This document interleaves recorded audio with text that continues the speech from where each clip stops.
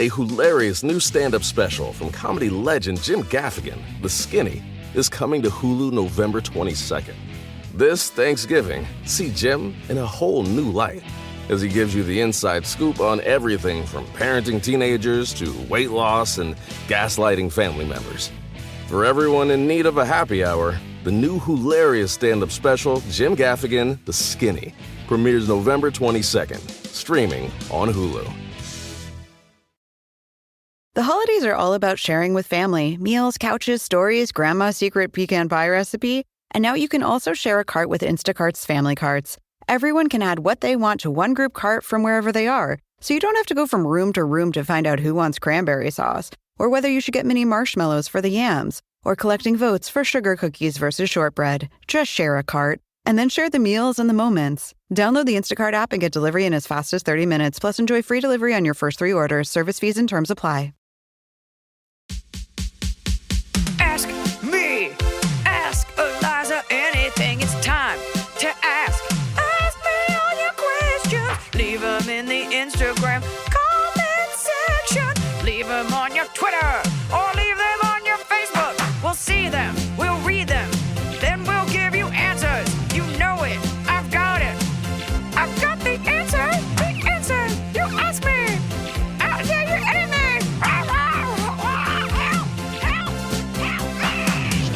So, we're well into it. How's your 2023 going? Oh, boy. I had a splitting headache earlier today, so I've watched 2 movies, and I'm going to watch a third after this. I'm just sitting in the dark.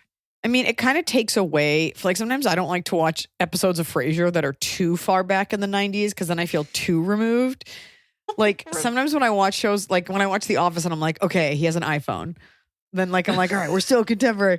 So I hate to tell people we're shooting this episode on New Year's Day because I'm actually in Iceland right now in the future, which is when you're listening to this.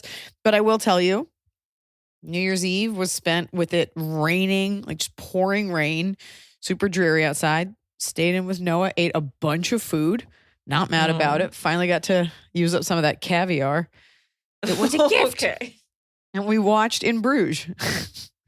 I finally watched Banshees of Inisherin last night, so good. Now I can catch up to our conversation from 7 episodes ago. Yeah. Well, we'll have it on a separate podcast. But today, it's just been really cold and pretty, but rainy. And I just think it's a nice way to ease in to 2023. It's not that LA today's 90 and there's traffic. It's nice and easy. And I'm loving it so far. I saw this thing. It was something it wasn't about no bad days, but it was don't have any dread days. The term wasn't dread days, but it was this idea of try to schedule as few things in your life that you don't look forward to. Yes, you have to go to the dentist. Yes, you have things to get done, but especially when it comes to press, the amount of things I schedule and as I get closer, I'm I really don't want to do this. Try to mitigate the amount of things, even if it's hanging out with a friend and you're I really don't want to go, then don't. Life is too short and weird. We should be looking forward to things, especially if you work hard. There's no reason to be ugh, I've got to go to this thing. Then don't. And don't expect them to go to your thing. And then we won't have a podcast. I will say I have a friend who whenever I say oh, I'm dreading doing this, he's always well, then why are you doing it? And it's always kind of I feel I have to see this person. I have to do this thing. Men don't understand it. I'm largely talking to the women because guys are just it's whatever. And it's always women that get into it with each other about fertility or children or friends. And guys are So be more like a guy, more low lifts, more It's so funny. I went to a party a couple weeks ago and it was a couple. It's my it's my husband's friend and his now wife. And they're cool. I don't know them that well. Within 90 seconds of me sitting her, she was I want to have a baby. What should I do? And he and my husband are yeah, I'm thinking maybe we'll go to Fiji. They were just on talking about local restaurants. And she's so what doctor? Get into it. Women don't have the luxury of having those cavalier, what kind of explosive is best conversations. But honestly, they're fucking boring. So I don't know. Just more of what you want in this year. Less of less following, less internet engagement, less everything, more soft living, less phone. I went to a party just now down the block. I didn't even bring my phone. Didn't care. Like, it's one thing to check your phone compulsively. It's another thing on like a day off to be like, what's my email? Like, why? So you can get like an email from Sears for your 50% off coupon? My carpal tunnel is back, I think, from my compulsive phone checking. I literally just picked up I couldn't find my other braces. I just took this off to record. Can I say that you are the kind of person that wears a wrist brace? I know, it's so shameful. Oh, God. I don't think it does anything either, but... Like, you're the person with like the decked out cubicle. You are Jamie Lee Curtis from Everything Everywhere All at Once. Like, you have like the admin utility hand. Like, wrist is braced up. Pencils have the bumpers on them. Throat lozenge, ready to do some work. 100%. And I'd be like, please do your taxes correctly. Please, otherwise I'm going to have to get in there and get real turned on, widening these margins. Oh, paperwork. Folks, it's time for some real brutal advice. And I give you the advice that I would follow. And in some cases, I give you the advice that I would like to think I would follow. Yes. Okay. I think I'm going to be meaner in 2023. I think that's what I need. Like, less, just more like, what did you mean by that? Like, just more like, what the fuck is wrong with you? Yeah. People like, more kindness. I'm like, no, you've all had a pass for too long. You swat at me, I'm swatting back. Let's get petty in 2023. Kick it. Hi, AIA crew. My name is Katie, and I am a 32-year-old female with a master's degree, and I have a hard choice that I will have to make very soon. The decision I will need to make is to either stay in my hometown of West Palm Beach, Florida, which I recently returned to. You got to go. You're the only one. There's no young people there. You got to go. It's so expensive, and you're going to get cocooned. So just go. Or move back to Denver, Colorado in June this year. I moved to Denver back in 2015 for a job. I quickly met my now ex-fiance after I moved. We dated for 5 years and got engaged on our 5th anniversary, which was back in November 2020. We moved in together in February 2021, and I broke off the engagement in September 2021. Why did I break off the engagement? Addiction, alcohol specifically, is a hell of a disease. I realized that despite begging for him to get help, that would never happen. After I ended the relationship, I was devastated and thought my time in Denver was over. I wanted to be near my close-knit friend group who I've known since high school during this painful time, so I moved back to Florida. However, in the 6 months between ending my relationship and moving back, I started to enjoy my life in Denver again. I was making new friends and taking advantage of all this. How'd you do? I thought you moved back to Florida. Offer. I think she's saying she planned to move back, and while she was like prepping everything to move back, she was like, crap, I like it here. Great. So here's my dilemma. I love my friend group in Florida, and potentially leaving this little community feels impossible. However, I believe our hometown is not where I'm meant to be and never will be. Denver seemed to fit my lifestyle and personality more. Also, I feel like my journey in Colorado is unfinished. I want to explore that more. My question is, should I stay or should I go? Do I stay in Florida because of the community, even though I don't feel my hometown is where I'm supposed to be? Or do I take the gamble with moving back to Denver after my lease is up to give my life there a second chance? P.S. I read your book, All Things Aside, and the chapter on where the hot men are is so accurate. Thank you. There are a lot of handsome men heading to the mountains every weekend in Colorado. Yes, thank you. So you're a single girl and you're like, should I move to West Palm Beach, Florida, where everyone is Italian, Jewish, and married and old? Or should I go to Denver, where everyone's hot and single and doing cool shit? You know this answer. Always, also, not always, also, West Palm Beach will always be there. Your friend group will always be there. Your history with them will always be there. And you will live there. You'll turn 40 and you'll be like, oh, now my knees don't work. I can't go back to Denver. Go back to Denver. You got a little butt hurt because the guy that you were with, you know, like that didn't work out. But you're allowing that one bad thing, which is awful. Like that's a huge thing to happen, to break off an engagement. You're allowing that to sort of shape your future. You don't want to go to West Palm Beach, Florida and like go to like a blue martini and like hang out with your married friends. You want to go to Denver and enjoy your lifestyle. And if it doesn't suit you, you can always move home. Home's not going anywhere. Go to Denver, be young, like engage in their outdoor scene, get you a black lab named Bailey and just start doing serious hiking. Be like my tour manager who fucking broke like both of her knees snowboarding and had to do my tour on like a little wheelie, like unicycle wheelchair. So get in there. The way Get this back to person it. wrote their question, they very clearly want to be in Denver. They're like, oh, Denver's the best. All these great things about Denver, but also my friends are in Florida. Fuck your friends. And you know what? They'll come visit. And by the way, your friends, I'm just going to say this to you, and this is no tea, no shade. When your friends get married and when your friends have kids, they have a lot less time for their single friend. So here you are, and you will have moved there for them, unless you're all just going to be like single forever and hang out. But I don't think that's what people in Florida do. You're going to move there for them, and you will what is wrong with me today? Okay, I had a sip of champagne earlier. So what? You will very soon start to realize like, oh, you've made this decision because of them and they do not factor you in. That doesn't mean they don't love you, but like life happens. So bet on yourself and what will make you happy. You can always go home. That's what I said and I meant it. Adventure time. As soon as the lease is up, it's adventure time.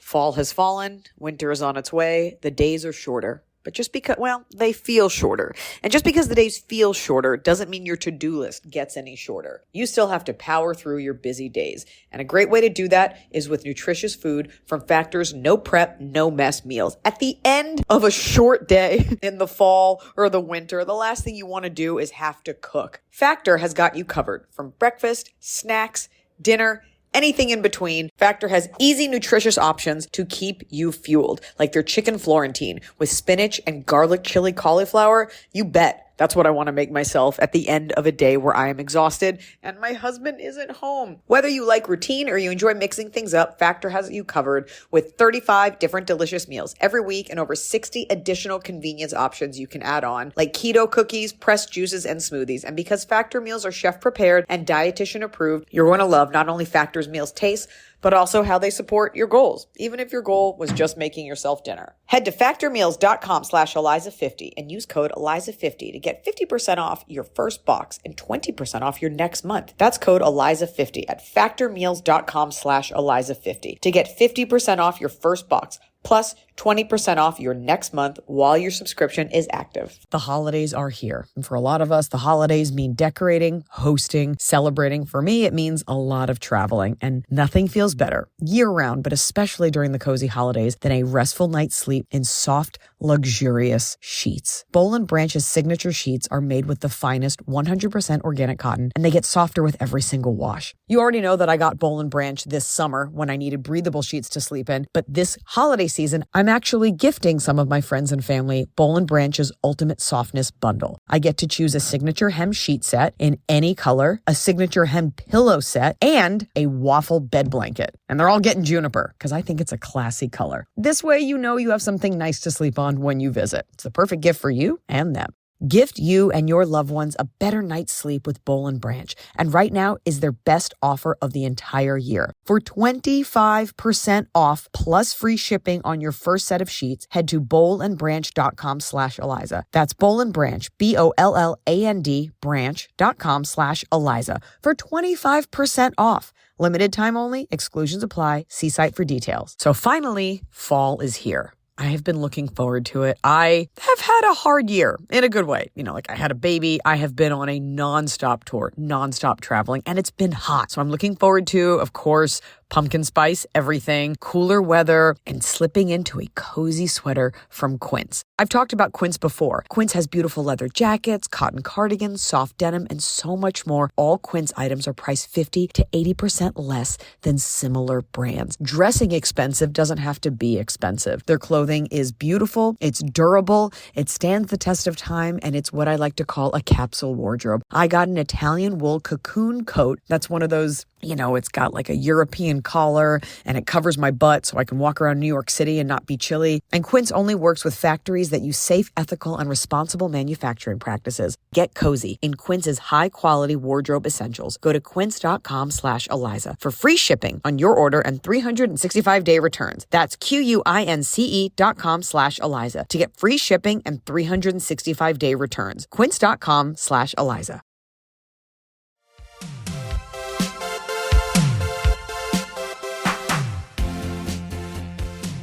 Anonymous, I was talking with a friend about my new job and how it has a better work-life balance than my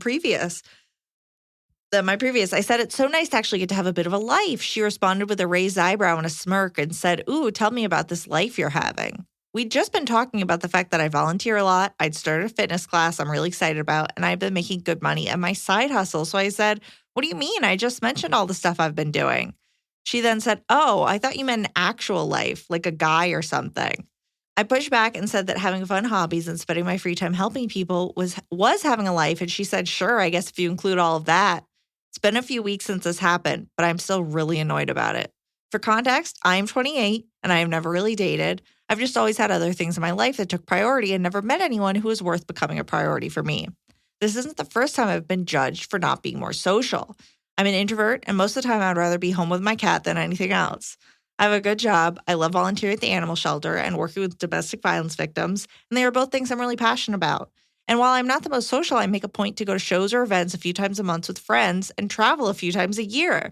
I have a simple life, but I've worked really hard to get to a point where everything I do isn't about working to exhaustion because I don't have a choice, which is why I found this interaction really offensive. This friend doesn't have a boyfriend or a super active social life that it makes sense for her to judge me. In fact, she only really does stuff when I invite her to them. But my question really isn't about the friend, but my reaction to her comments. If I am so annoyed at being told I don't have a life and feeling like I need to defend myself, maybe there is some insecurity that I'm not doing enough. What do you think having a life really looks like at this age? And do you think I'm holding myself back in any way? Thank you. I think you hit the nail right on the head because as you were saying it, I was like, you're insecure about something. Otherwise, this wouldn't bother you. And I think because this is what normal, quote unquote, 28-year-old girls like do want a boyfriend, a girlfriend. Like it is normal to want to put yourself out there and date. So I wonder, and some people are introverts, but I wonder, and I'm just putting this out there, if there is something where you're like, well, I probably won't meet anyone, so I'm just going to distract myself with all this. That being said, like you could really love this stuff, but the fact that she said it bothered you, and you have to really deep down ask why you felt judged. And do you feel judged because you're like, no, I said that these things were fulfilling. I need you to believe me. She's, however, judging you because of her own insecurities. She wants a boyfriend. She probably sees a life as something else. But at the end of the day, it doesn't even matter what she wants or what she sees. You have to be comfortable enough in your life to be like, well, I like it. Or say to her, be like, are you trying to make me feel bad? Like, where did that come from? But your friends are going to say things that don't make you feel great sometimes. And sometimes you just got to swallow it because you are steadfast in the fact that you're happy with what you're doing. If someone's like, stand up, is that a way to make a living? I'd be like, yeah, it is. Now get out of my stretch Hummer Uber. This person's life is very fulfilling. They're going to multiple events a month. They're seeing friends. They're traveling multiple times a year. They have 2 different volunteer positions in addition to a full-time job. Like, I mean, it can be active. Yeah. It can be full and it can be filled without being fulfilling. Like you could be very busy as a way to distract yourself, or you genuinely love this stuff and the boyfriend thing just is not at the front of your mind for whatever reason. I think that there's a kernel of something there. But the next time she says something like that, be like, what's going on? But I would first get right with yourself. Because I think you're smart to be like, what's bothering me about that? Is it that she's questioning you, or is it that there's something there that you don't want to talk about? Well, this friend is clearly an idiot. I mean, and this your friend's also dumb. Yeah. She's really dumb. I just think about the fact, I mean, it was, God, was it? However many years ago it was. My first year of college, someone else who had gone to my high school kept asking to hang out, and we had not really hung out before, and she was not adjusting well, and not to brag, but I really crushed it in college. And then I found out that she was telling all these people from our high school that I was not adjusting well. Like basically everything that she was going through, she just said it was about me. And I didn't know any of those people, so it didn't affect me anyway. But I still think about it years later. That's so as like, weird. What a weird thing to do. People project. She's got her own shit, but it seems like you do too. That being said, like if this is making you happy, because you did add a lot of context in this. You're like, here are all the things that I do. You are allowed at 28 to be figuring out what your balance is. Good for you for not wanting to burn yourself out. You are allowed to spend all of your time with your boyfriend and make mistakes. You are allowed to only do charity. Like you are allowed to be figuring out now what balance looks like for you. And it's not going to look the same for anyone else. And never fucking forget your life, your success, your happiness. Like as long as you are enjoying it. Like I like to check my phone for 2 to 3 hours and then I make up a song about my dog, and then I rearrange my closet. And that is very calming to me. And I don't care what other people think about it because I promise you, no one else is doing any better. Everybody's lying. So figure out, this is the time in your life to be figuring out and be a little imbalanced. You're good. You're good. With or without her, you're good. Anonymous. I am It's me, the New Year's dove. All right. No one says New Year's anymore. It's the 11th. Hi, team. I have a situation. My workplace has become quite toxic and are overworking me, booking me way too many dogs. I'm a groomer, and commenting on my weight, constantly promoting, quote, high school skinny. Obviously, I decided to move on since my body and mind were deteriorating due to the environment and the heavy workload. So Who's I attempted... listen, you're a dog groomer. You need to be thin. That's what we expect of dog groomers. When you're brushing out that poodle coat, you got to have toned abs. So you got to be thick to hold those like bull mastiffs down while you shave them. You got if you're gonna bathe a Kanye Corso, whatever those dogs are called. I attempted to quit, giving a whole month's notice. I even told them I was moving out of state so they couldn't try and convince me to stay. I'm not, though. It was a lie because I'm afraid of them. Their response to this was to tell me that they needed me for at least 3 more months and then I could move in with my manager when my lease was up. What? This would mean my wife and my pets would have to move to another state without me while I live in a tiny home with a person who constantly demeans me. What is happening? Them this probably wouldn't work for that reason, and they proceeded to tell me that they invested a lot in me, and I really need to consider the option they presented because leaving would screw them over. I'm not sure how to handle this. I just want out. Thank you for any input you can give. What? What? First of all, you are working somewhere super toxic. Is this a guy or a girl? This is a girl, I believe. Let me look at the you profile. Gave what is like legal. It's not even legally required. You gave a month's notice. Sounds like these people. I mean, did they pay for you to go to like dog grooming school? It doesn't matter. I don't think you signed anything with them. I'm scared about this like human trafficking of like move in with the owner, send your family away. Weird. This is weird. You have to. This is a big lesson for you. Hey, my last day will be May 31st, and then you block. You get that last paycheck, and you are done. There's no more discussion, and you don't make up a lie. You'd be like, this job isn't for me anymore. Like, you need to be okay. They were very okay making you uncomfortable, or you're being overly sensitive, and they didn't say anything. I don't know. But it's not even about that. This is a lesson in they're getting what they want, and you have to fight for what you want. Hi, thank you so much for this opportunity. My last day will be this day. Any questions can go through my manager and publicist. Isn't that what normal people have? Managers and publicists? I wonder what the wife is saying when this person comes home from their dog grooming job. They're like, sorry, honey, they're going to make me move in with them and I can't quit. Like, what do you tell? That part I don't even understand, but that's a weird length to go through. I mean, unless they really did pay for your like 4 years of college and dog grooming school. But this sounds very manipulative. Hold on a second. What? Okay, Noah has a question from Bethica in Wisconsin.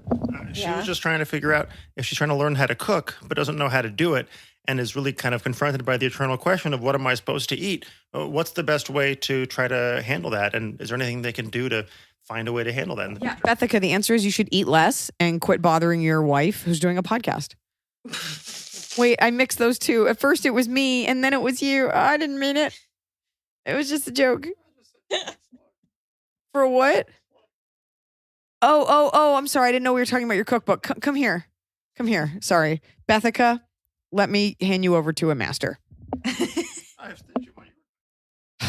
Bethica, if you are not really into cooking and you want to get into it, you don't know what to cook, I suggest you purchase the Don't Panic Pantry cookbook, which is out in a few weeks. Suggest you buying it What day is it out? It's out January 31st. You can get it at any... I don't know how to answer that. Where do you get it? Besides Amazon. You can get it at any independent booksellers, but go to Noah's Instagram page at Galuten, Galuten, and he's got the link there. But it is a beautiful cookbook. Well, stick it at the end. I'm in the middle of giving advice. Get out of here. This episode brought to you by my husband harassing my dog. And to the girl with, I'm doing a podcast. Get out of here. Back to the dog girl. Listen, dog girl. You are in a weird like abusive, toxic. This sounds like you're in like a weird relationship with a guy that like negs you, okay? You're done. You need to be a big girl and be like, I'm quitting these days, and then just be done.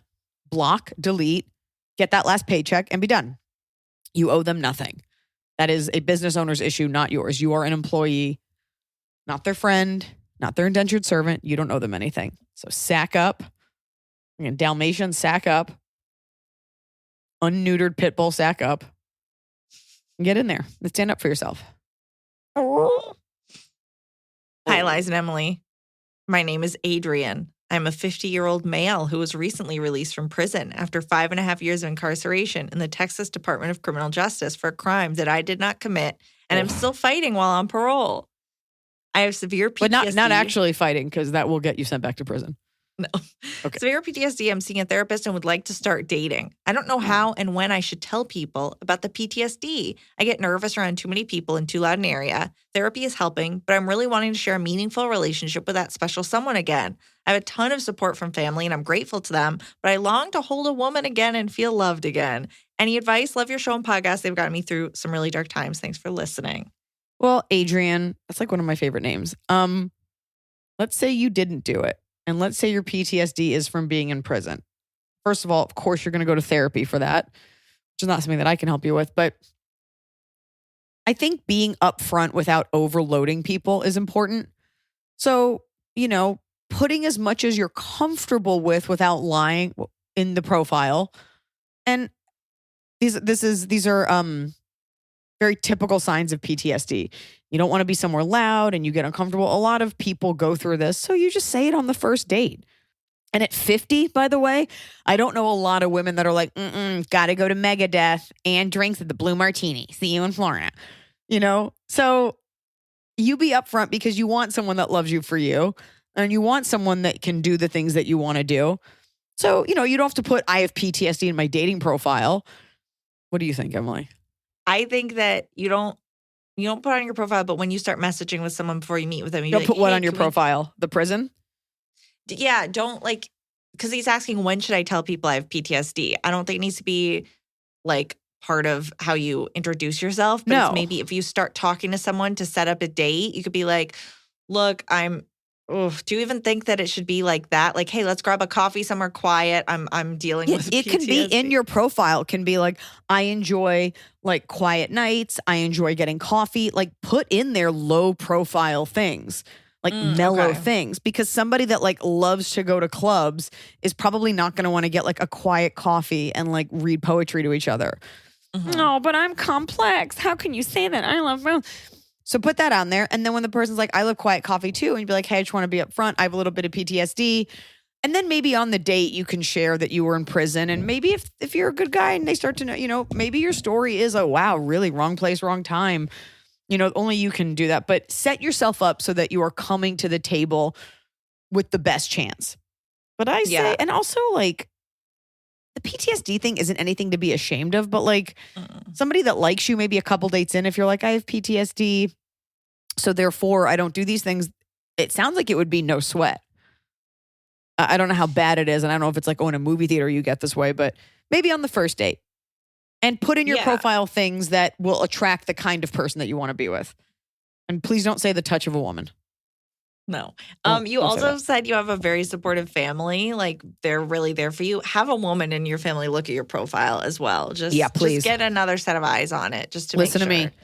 Do not hold up a dead fish of any kind in your profile. Don't wear wraparound sunglasses. Don't post a picture of you with any of the guys from Workaholics. I don't want to see a picture of you with any other women. With we don't 15 women at a frat party. We don't want to see, okay, he's 50. I also don't want to see a picture of inanimate objects or nature. It has to be you, and it's okay to take a picture. Don't have a picture that a cousin took at one Thanksgiving and it's blurry. Mm-hmm. You can also just put one or two pictures. You could even have one be your mugshot and be like, I'll explain. Some women are into that. So, but nothing of you holding a dead animal. If you have a dog, that's great. Or a cat, even better. Women are like, oh my God, and he's caring for a feline. So yeah, and have a young woman look at it. Yeah. Good luck, Adrian. Good luck.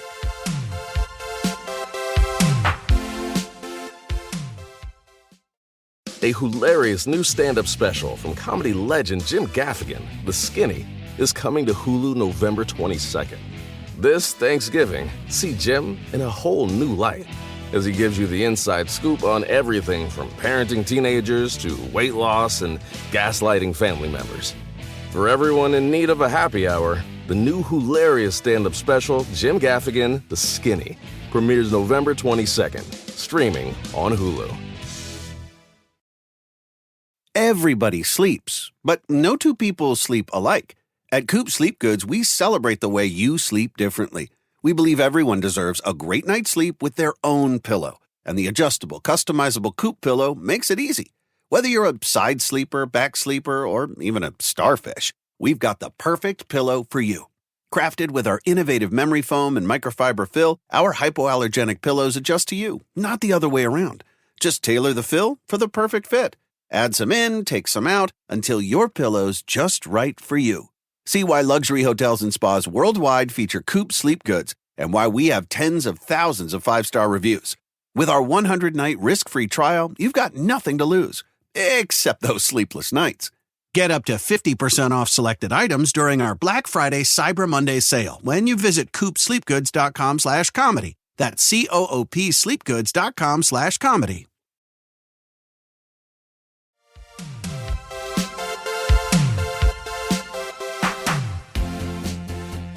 Hey, Iliza, hoping you would help me out with a holiday gathering personal issue. Now, this question was caught in the Instagram spam filter, which is why we're also directing people to askelizapodcast@gmail.com.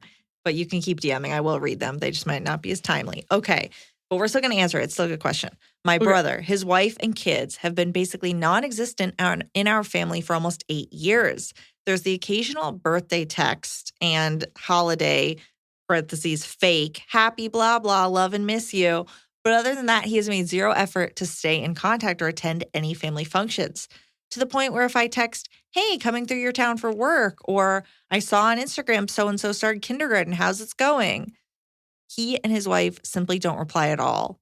The whole family is almost always left on red by those two. My mother has been in denial about this for quite some time and begged him to come to family Christmas this year. He agreed only if she would pay for his family to come. Otherwise, he was not planning to come, despite constantly telling my mom that, quote, next year will happen. My mom was so excited. She paid for all their flights for an Airbnb and is going over the top about my brother and his kids this, my brother and his kids that.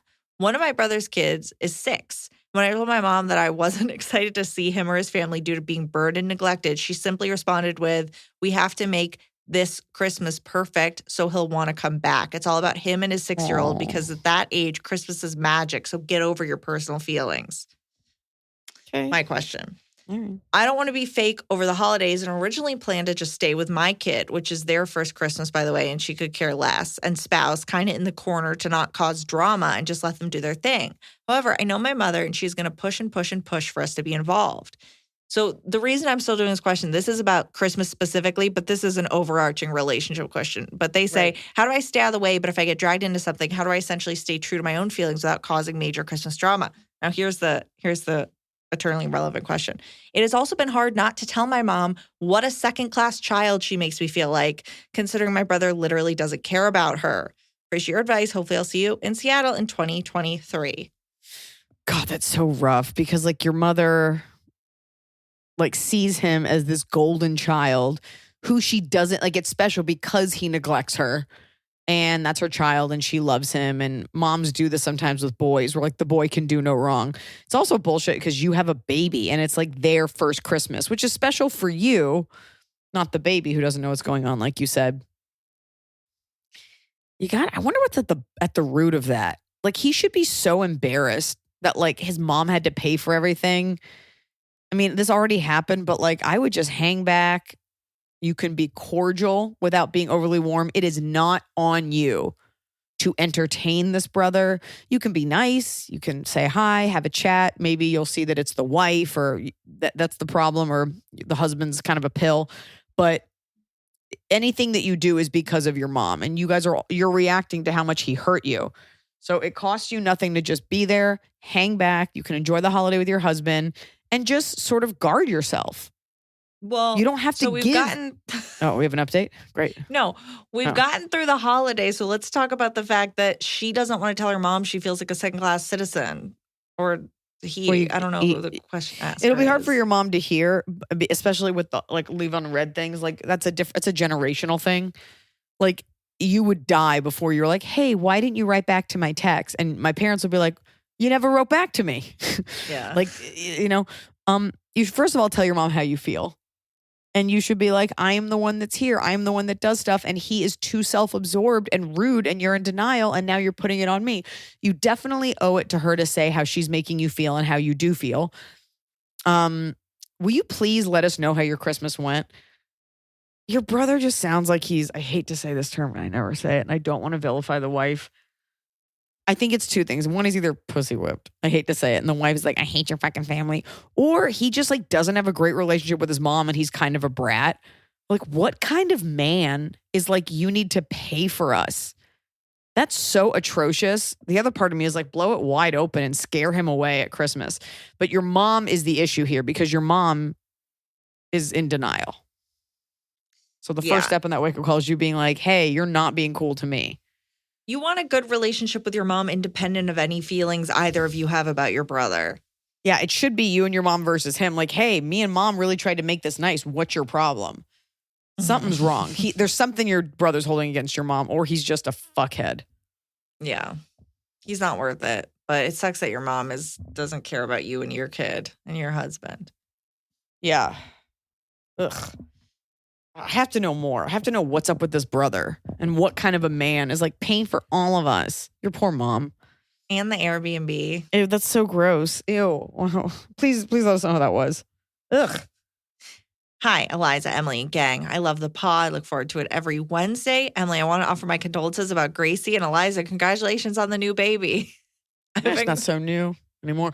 Well, can I just say one more thing about the other thing? Yeah. That is so shitty. And I have relatives like that, like on a group text who just never answer. And I have to be honest. I'll have relatives that are like, well, they're just low key. I'm like, no, you're fucking rude.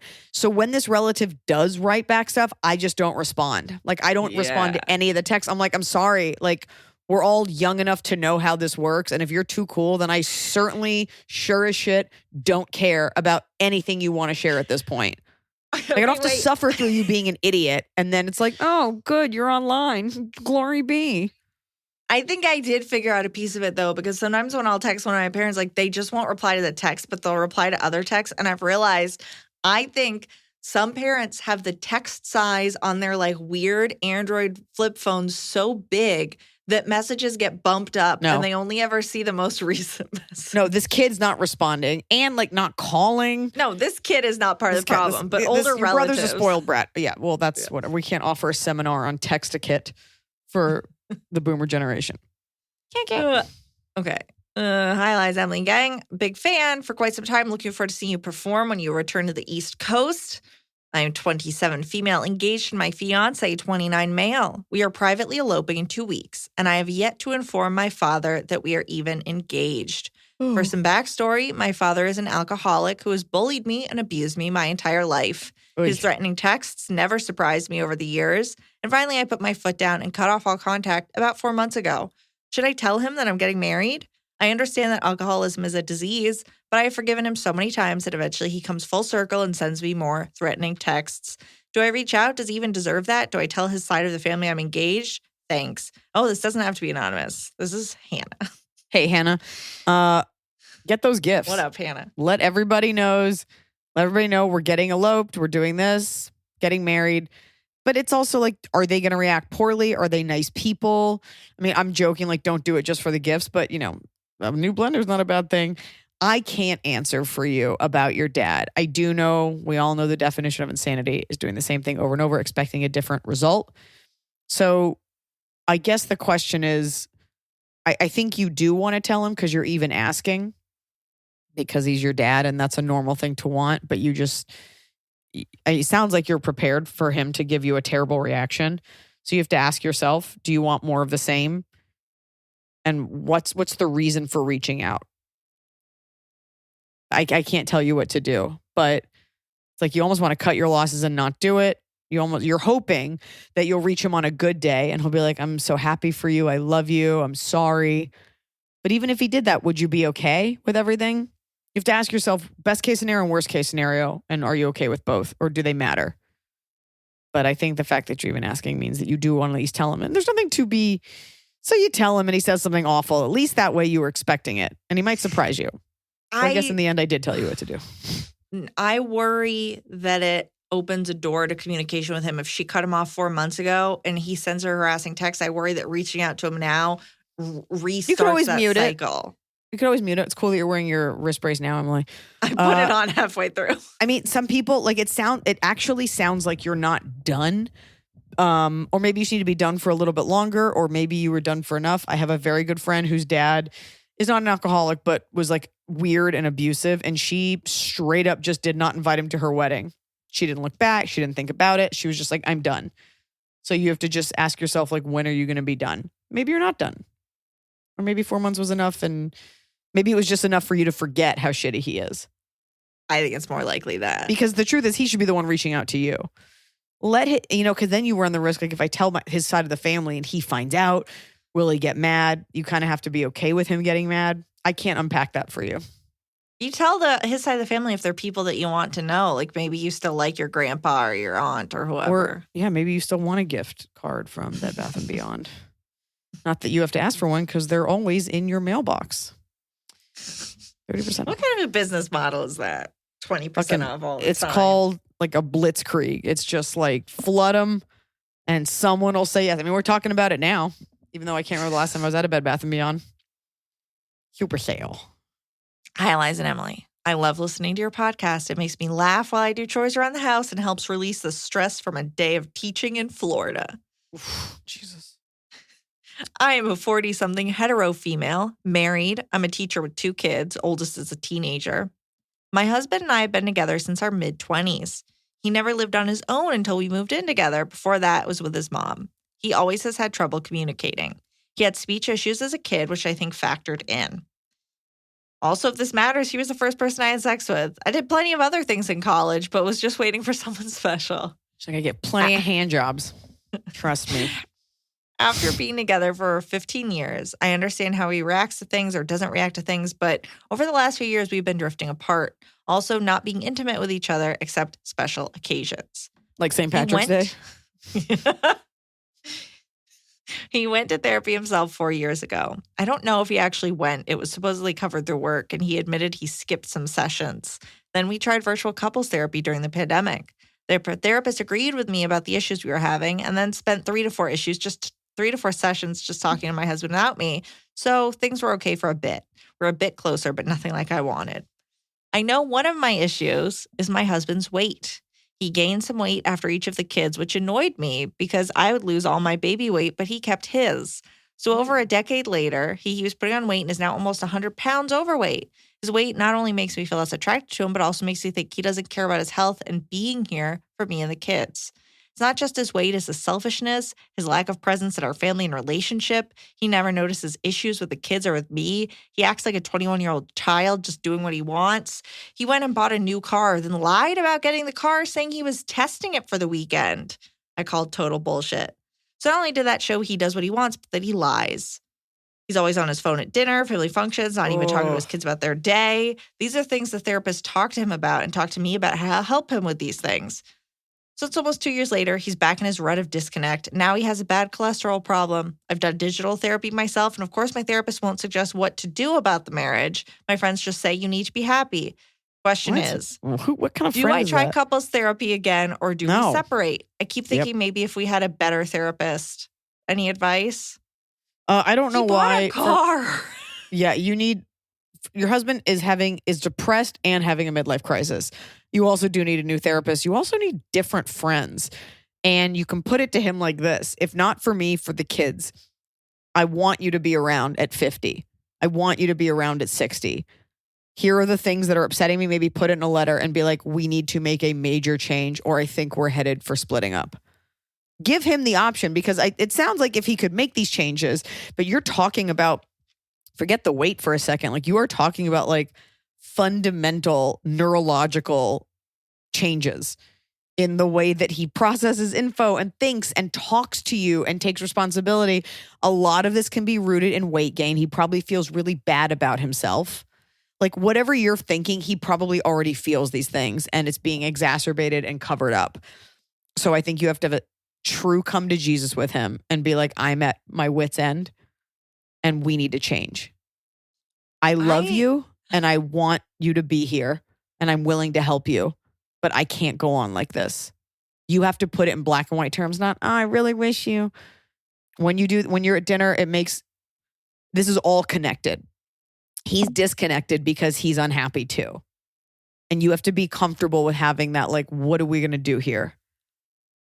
And start with I'm wondering what's up with the parenting. Like she's saying, look, the weight gain and the intimacy and all that is connected, but when they have 2 kids and it sounds like he's not an active father, he doesn't ask what their day. Was he ever? Because if he was never, like, cut your losses. Like if he was never a good dad and one of your kids is a teen now, like what are you working towards? But if there was something, a high point you're trying to work your way back to, then it might be worth trying to salvage. Do you want to save this or is it just because you don't want to get divorced? And I get that that's also powerful because like being a single parent is tough. I don't know how old these kids are. What do you want? Do you want to snap your fingers and have it go back to how it was, like Emily's talking about? Do you want to snap your fingers and have them be different? Do you want to snap your fingers and cut your losses? I think you need to get clear on what you want and then see if he can help you work toward that. But you might just be beating a dead fat horse. A dead 100-pound overweight horse that texts at dinner with his hooves. In the Matilda musical, one of the children has a fat Jesus suit. Christ. All right. What? Is it It's like a 7-year-old kid with like what looks like just a pillow. It's so distracting. It's strange. A career goal of mine is playing the Trunchbull one day in a remake 50 years from now. Oh my God. I'd be so good as the so Trunchbull. good. I'd be so good in any role. That would be really great to book fucking anything. Kick it. Hi, Liza, Emily, Mysterious Hot, Scotty, Sierra, Tianfu, and those no longer with us, but still in our hearts. I'm a longtime listener, but haven't had any major drama I needed help with until now. I'm a 28-year-old female. Last night, my boyfriend, 27-year-old male, invited some college friends over to go out to dinner. I didn't go to the same college as them, but have become friends with everyone through my boyfriend over the last 2 years. Matt, these are all aliases. Kevin, both 27-year-old males, and an engaged couple, Fred, who my boyfriend went to elementary school with, and Leah. They're all 27. Okay. All met at our house. Fred was having problems at work and ran late. Once everyone was here, we chose 2 cars to take to the restaurant. My boyfriend hopped in a truck with Kevin, and Matt and I got in the backseat of Fred and Leah's car. We were all chatting. Then suddenly Leah started to yell out. Matt shouted something, and I said, "Holy fucking shit, Fred," as I smashed into the back of his seat. He hadn't seen us stop car and slammed on the brakes moments before hitting us. None of us were critiquing his driving or complaining once he came to a stop. We just had initial reactions when we were about to hit the other car. Once the car was stopped, Fred yelled with the most horrifying, guttural, aggressive voice I have ever heard, "Maybe if you would all stop fucking screaming." Leah said, "God, Fred," and Matt and I just exchanged shocked, sheepish looks. When we pulled into the restaurant a moment later, Fred got out of the car, slammed the door, and had a terrifying, serial killer level, snapped look on his face. As the night went on, we all somewhat ignored what happened. Fred partially apologized to Matt by saying he'd had a bad day at work and took it out on us, but nothing was mentioned to me, and Leah said she was still waiting for an apology. When we got back to our house, everyone drove off except Matt, who was dying to discuss what happened with my boyfriend and I, and said that it was a side of Fred he'd never seen before. My boyfriend wasn't in the car, but Matt and I did our best to describe how truly terrifying and awful it was. I didn't hear from Fred's fiancée, Leah, all night or this morning until I reached out about something random to start a conversation. Leah and I have become especially close. She's one of my best friends and we text daily. She never addressed or even brought up what occurred the night before, and we've continued to talk as normal, which seems really weird. My question: what do I do now, if anything? I've been in some seriously awful, verbally abusive relationships, but nothing compares to how Fred acted. I told my boyfriend I would have dumped him on the spot if he ever talked to me like that. I'm worried Leah's in an abusive relationship with Fred. We're attending their wedding next September, and my boyfriend has been friends with Fred since they were kids and can't fully grasp what happened. I don't want to insert myself into their relationship or make things more awkward, but I think I'll always feel uncomfortable around Fred now, who we see fairly often. Can you even talk about it more with Matt? Because I know him the least, and we've only met twice. He lives out of state. Thoughts, suggestions? Thank you for all your sage wisdom. So no one was talking, and then that happened. You all screamed, and that's when he took it out on everyone. This is not the This is not the first time we've heard a guy does something fucked up, and then he only apologizes to the guy, not the girl. You cannot save her. You cannot save your friend. Let's say this was a one-off. He just sounds like a weird guy because, again, like most of us are with men that like never would freak out like that, never would lose your cool, or immediately be like, oh my God, you guys, I'm so sorry. You cannot save your friend. She is choosing to stay with this person. That didn't bother her. There's nothing you can do. You might just have to not see them as much.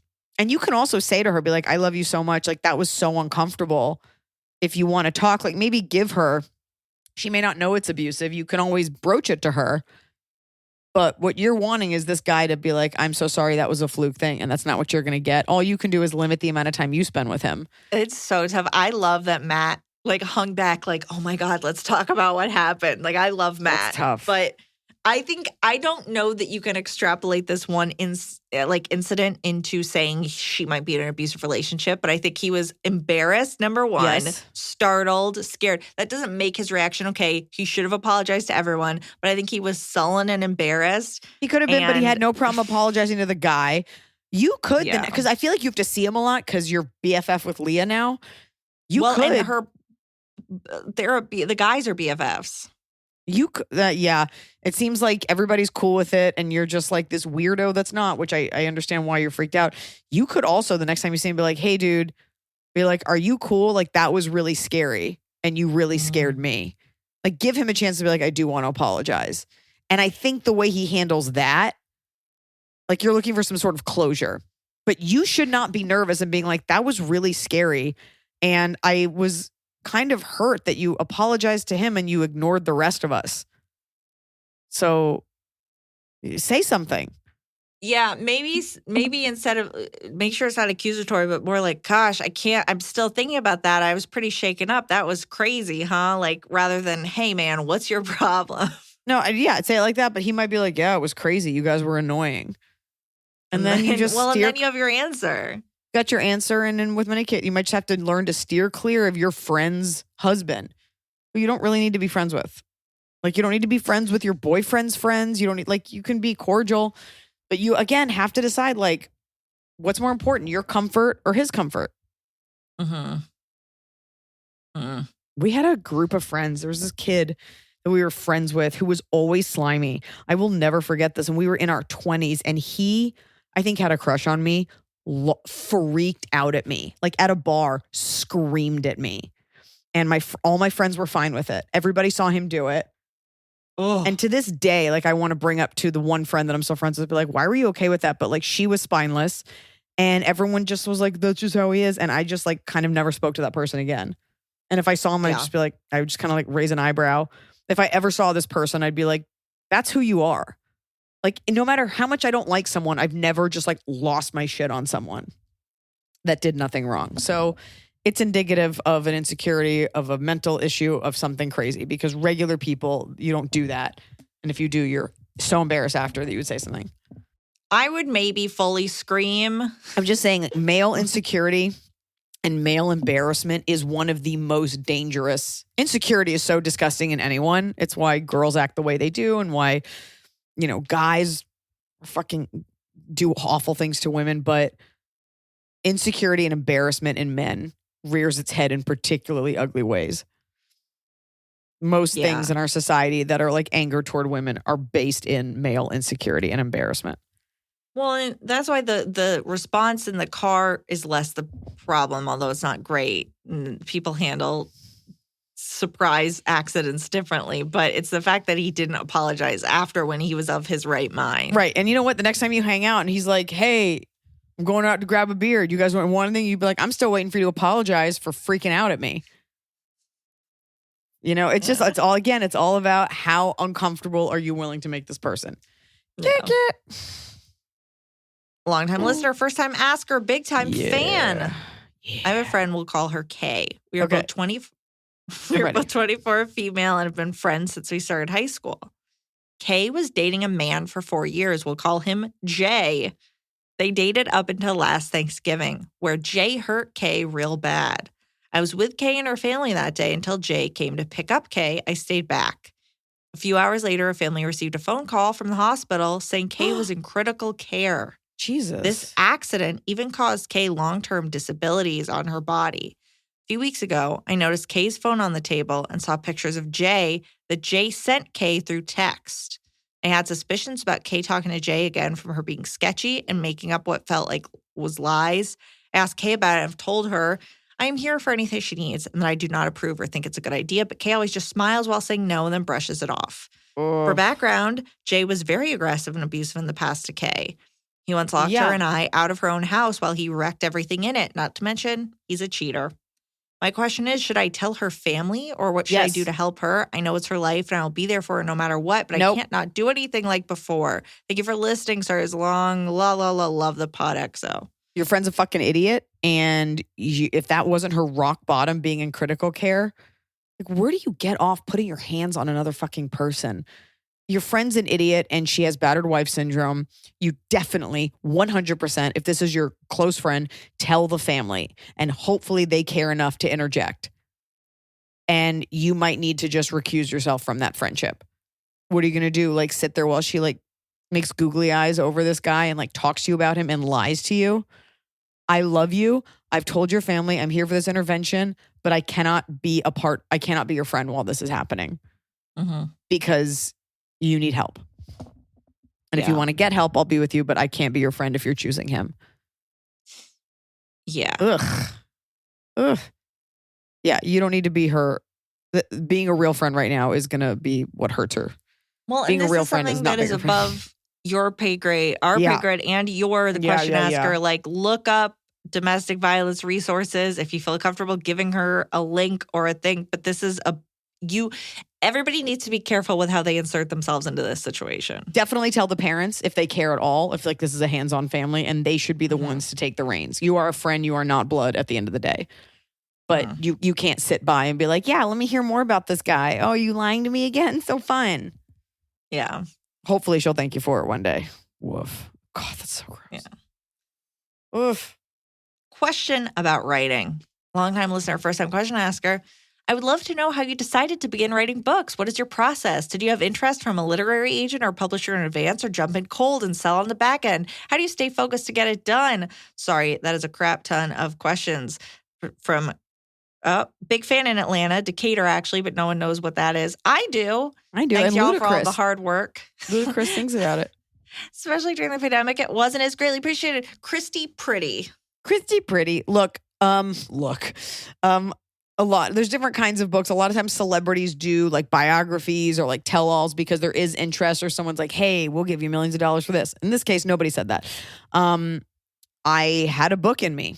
Girl Logic. I really wanted to talk to girls in a literary sense. With a book, you don't have to have like a punchline every couple seconds. So I wrote Girl Logic, which was a difficult thing to write because, you had a thesis and you kind of had to stick to it. But I just enjoy writing, and I knew that there were things that I wanted to say that didn't necessarily need to be in stand-up, and there were things that vulnerabilities I wanted to bear, and lists I wanted to make, and stories I wanted to tell that don't really lend themselves to stand-up. So I just started writing. I think that's the things everybody thinks it has to be perfect, or you have to have the beginning, middle, and end. Sometimes you can just start writing, or if you have a story you want to tell, and it was Noah read it he proofread it, and he came up with was like, why don't you call it All Things? I don't know if he meant Noah. He's gone. Did you come up with the name? You were the one that was like, you should do the indentions. That's what it was. Like, somebody asked about like writing this book and how it started. And I remembered in the book, we have the story about taking mushrooms and the January 6th and all that. And so I wrote it as an essay. You were kind of, figuring out whether there was a book in there, and you were going back and forth with your publisher about it. And I remember just kind of the way that you were writing, you had all these kind of asides you wanted to get into. That's what it was. And so for me, it was just like, make it not a bug, make it a feature, make it a function of the book versus a a flaw. Yeah. And it wasn't with my publisher. I hadn't told it to anyone. And so all the asides, the indentions, and then I said, let me call the book All Things Aside. And I will just write a bunch of stories with my asides, which is a really cute idea. So that was his thought. And then my name. And then I sent the 2 sample chapters to and like a little blurb about what the book would be. And I sent it to my agent. And I was like, can we sell this? And she was like, I'm on it. And then it went to auction and we just did it. So that the way it works is if you have an idea, you write out a sample chapter or something, and then sort of what you think the book will be, sort of like a mini outline. Send it to your agent. Your agent goes out to various publishers. Well, people what about bid. pre-agent? Because that's having an agent. For your first book, was it? That's I had an agent, so that's the best. And I will tell you, my first agent like ate shit, and I fired them.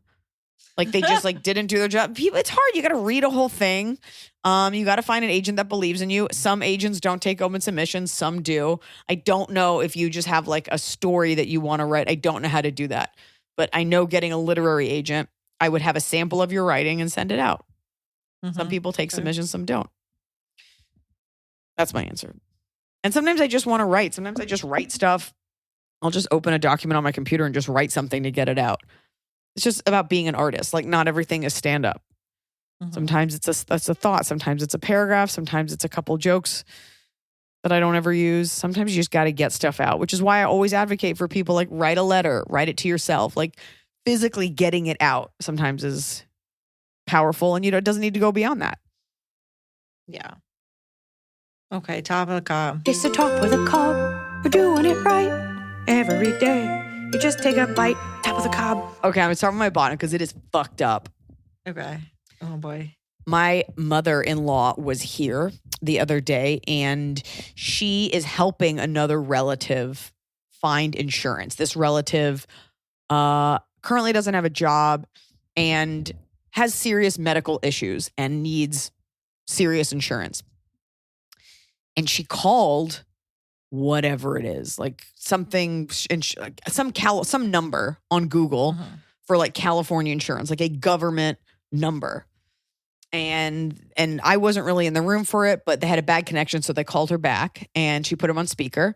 And this person, it was so nice. And she starts reading. She's like, I'm here at California Health and we want to get you the best plan.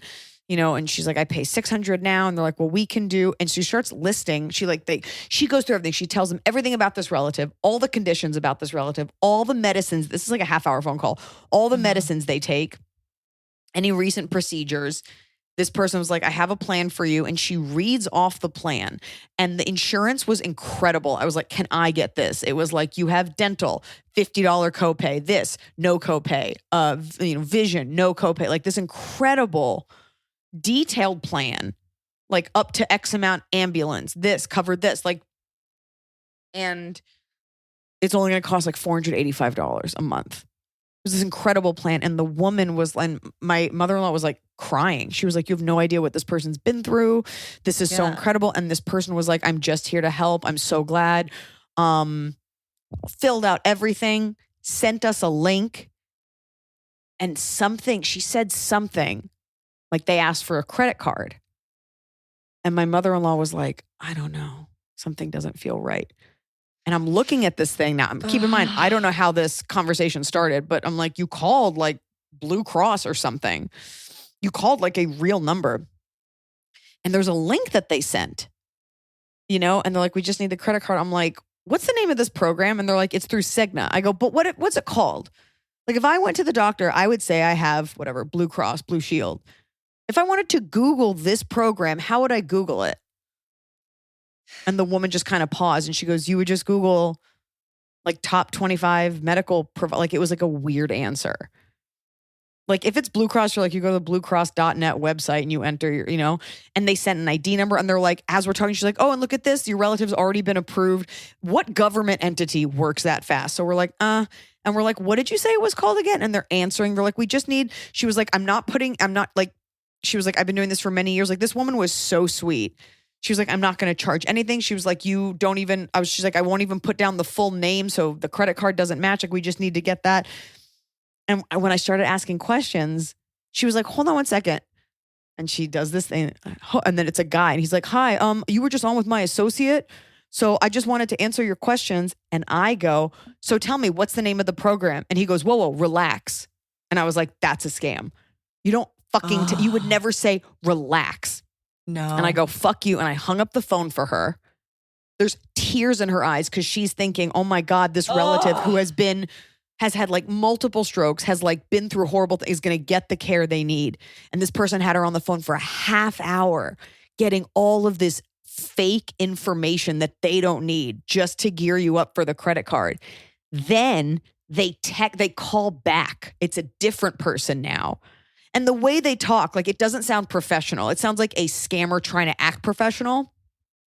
And they were like, they go, this person picks up. I go, what? And they go, you need to have more respect. And I was like, fuck you. I hang up. They text her. And this person goes, that's really rude because all I'm trying to do is help you. And I was like, you are what's fucking wrong with this country. I hope you guys fucking burn. I'm taking this whole conversation. I'm putting it on Reddit so that people will know that just so people will know like these scam, like your phone number, your names, everything. Now Reddit can fucking go to hell too for all I care. And then I block them. I'm like, you don't get to try to scam my mother-in-law and then scare me. So what I guess had happened was there are scammers. And so this is a note to everybody out there that pay to be a promoted search. So wherever you live, if you're like insurance and you see it right there, it's like California healthcare, whatever. It looks official. They had a full website, full link capability. Listen to her rattle off all this stuff. And it sounded so real. And then what should have tipped her off was when they were like, let me call you back. When have you ever needed something from our government? They're like, I'll call you right back. And they did. So just be aware. Scott and I were talking about this the other day, that now if you Google something, like if you want to buy a gift card or something, the first couple results are promoted ads. So now we just go to like the direct website and then go from there, which is so much more like, it's just crazy how they're always adapting. That is so horrible. Did you Google the phone number to see if anyone else was talking about it?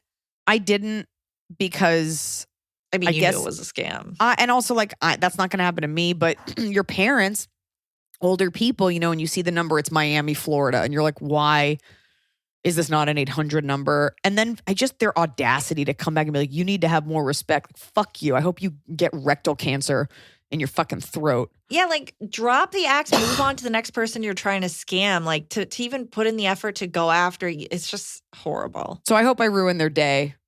I hope so. And that was the bottom of the comment. It's less about that and just how hopeful she was that this person was going to get help, and how they were like, I just want to help. I'm so glad I'm going to help you. Like, that is I don't care how shitty your fucking life is, that you wake up and you go to work because it's like, oh, it's them or me.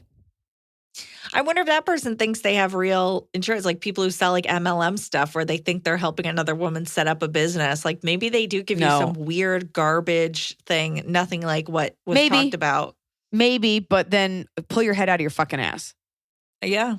Like I appreciate that like you might be living paycheck to paycheck or below the poverty line, but if you think your troubles are your life is so much more important and your troubles and your bills are more important and you don't know these people that you're fucking over, I hope you go to hell. Like, I hope that woman fucking gets in a horrific car accident. And then I hope she has no insurance to cover it. Fuck her and fuck him and fuck them. Come from my family. I come eat your face. My bottom of the cup. Okay, just about your cat. One of my cats lost a toenail. In their pudding. No, everybody's got their toenails. No, my garbage disposal is broken, which just points at snow. Somebody has to come fix it. I think it's to be like $500. It needs a full new one. And it's just, I was thinking about the fact that like you buy a house. Again, I know this is like not like brag, I have a house, but you buy a house. It's one of the only things where you buy, you're like, parts of it are broken and you just have to deal with it. Like there's a list of things. You get a house, you're like, oh, I have a list of things I need to fix at some point. All my toilets are broken. The garbage disposal is broken. Like, why? I bought something that's broken. How is that allowed? Yep.